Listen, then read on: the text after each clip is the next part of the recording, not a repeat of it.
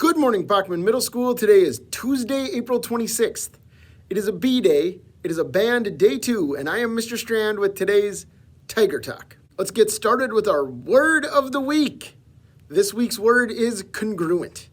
Congruent means in agreement or in harmony, or when it comes to shapes, identical in size and shape. One famous example of congruent works of art are the love sculptures by Robert Indiana. Probably seen some version of this sculpture before. Indiana made over 70 of them. The original is in his home state of Indiana in the Indianapolis Art Museum. That's right, Indiana isn't his real last name, just his home state. Other famous ones include Philadelphia at the JFK Plaza, New York City on the corner of 55th Street and 6th Avenue, and right here in Minneapolis at the Walker Sculpture Garden. Yes, that's me and my family.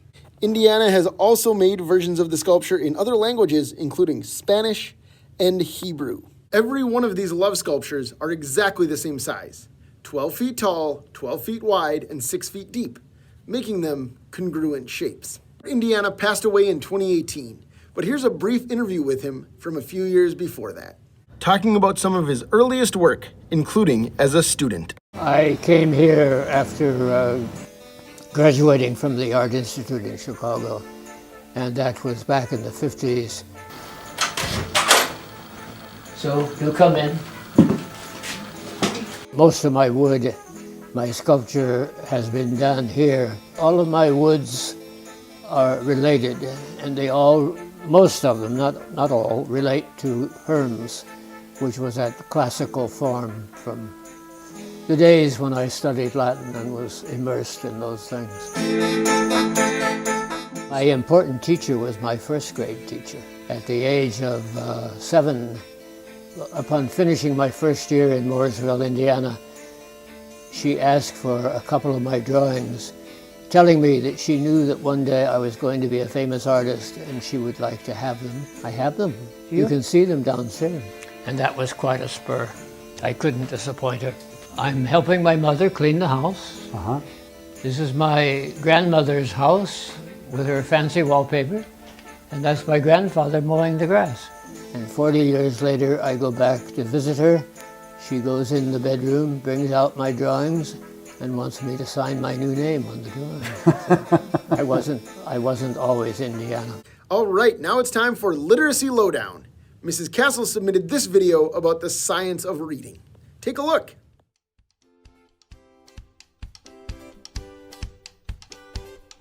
What do we know about the complex process of learning to read? Surprisingly, a lot. Scientific research collected over the past 4 decades reveals what happens in the brain and what must happen in the classroom to enable skillful reading. Most children learn to walk and talk naturally without a lot of support from adults. But reading is different. Reading is not hardwired in the brain, and the neural pathways involved must be developed through successful instructional experiences. Let's look at the reading brain.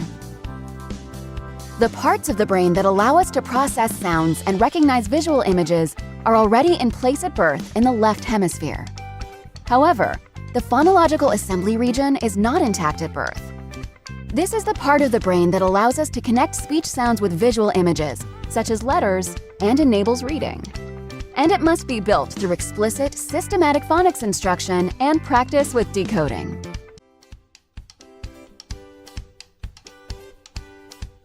When we think about the essential skills children need to build their reading brain, Goff and Tunmer's model, known as the simple view of reading, is quite helpful. In this model, the critical sub-skills of reading are simplified to their essential categories, decoding and language comprehension, and framed as a multiplication equation, with reading comprehension as the product, or goal, on the right side of the equation. The idea is this: strong reading comprehension results only when both decoding and language comprehension are strong. To illustrate this idea, let's assign values of 0 for weak and 1 for strong. If decoding is weak and assigned a value of 0, and language comprehension is strong, a value of 1, reading comprehension is weak because 0 multiplied by 1 is 0. Conversely, If language comprehension is weak but decoding is strong, reading comprehension still suffers. 1 times 0 is 0. Only when both domains on the left side of the equation are strong does reading comprehension become a strong 1, because 1 times 1 is 1. This simple view of reading tells us that children need to learn essential skills to decode to get text off the page, while also developing their understanding of the world and of literacy. Although reading is a complex process, this simple view is helpful because all of the essential subskills of reading, such as phonological awareness and vocabulary, can be assigned to the decoding and language comprehension domains on the left side of the equation. Thanks again to Mrs. Castle for submitting that video. And speaking of Mrs. Castle, here she is talking about the upcoming Bachman Talent Show. Do you have a talent? Of course you do! BMS is looking for singing, joking, rocking, kicking, spinning, dancing, and more for the BMS Talent Show that will take place June 2nd, the last day of school, in the gym. Auditions are coming up and will take place next week, Tuesday, May 3rd before school, Wednesday, May 4th during wind time, and Thursday, May 5th before school. You can sign up and get more info online at the Student and Staff Announcement page. Questions? Just ask Miss Castle, Miss Fedora, or Miss Iverson. We'll see you at auditions. I can't wait to see what talents students come up with for this year's show. I'm sure they'll all be more exciting than my talent, which is having the theme songs to early 90s movies memorized. Finally, a reminder that math MCAs start tomorrow, so get ready for that. That's all for now. We'll have more Tiger Talk tomorrow.